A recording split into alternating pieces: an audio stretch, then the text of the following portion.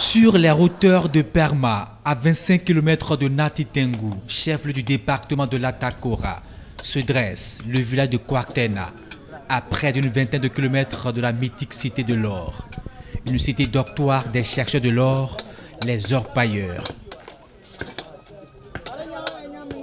Kwatena est l'une des petites bourgades enclavées au sommet des montagnes. Pour y accéder, c'est la croix et la bannière.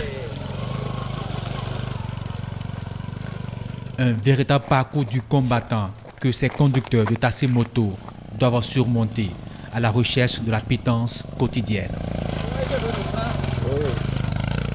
Gravir la montagne sur une piste rocailleuse et très accidentée. Traverser la rivière Perma, l'une des plus importantes stations de ce chemin de croix menant à la découverte de la ressource minière. Et nous voici au Camp Rouge.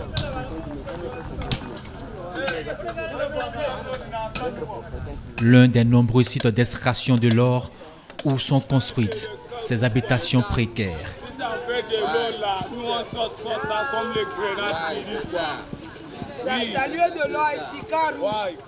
Femmes, enfants, vieux et jeunes, une ruée vers l'or qui nourrit l'espoir de ces populations venues non seulement de Perma, mais aussi de Nati Tengu, de Kouandé et des autres localités environnantes.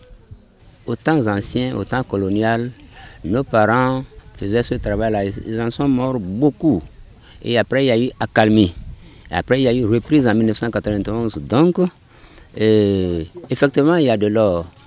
Il y a de l'or. L'avènement de l'or a changé beaucoup le rythme de vie des gens. Malheureusement, il y a des avantages et des inconvénients.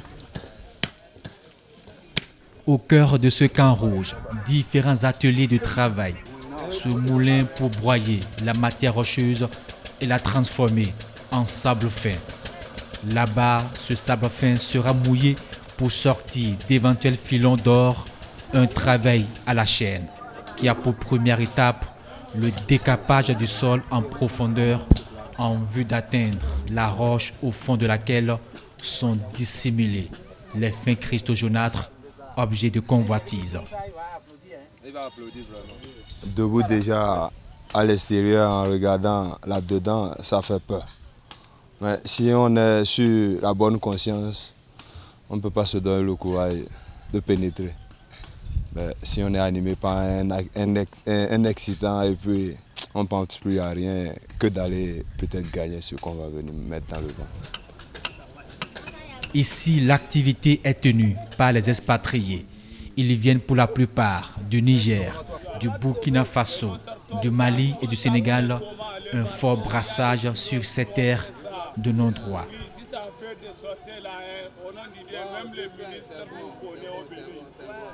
On creuse dans la plus totale anarchie au mépris du danger.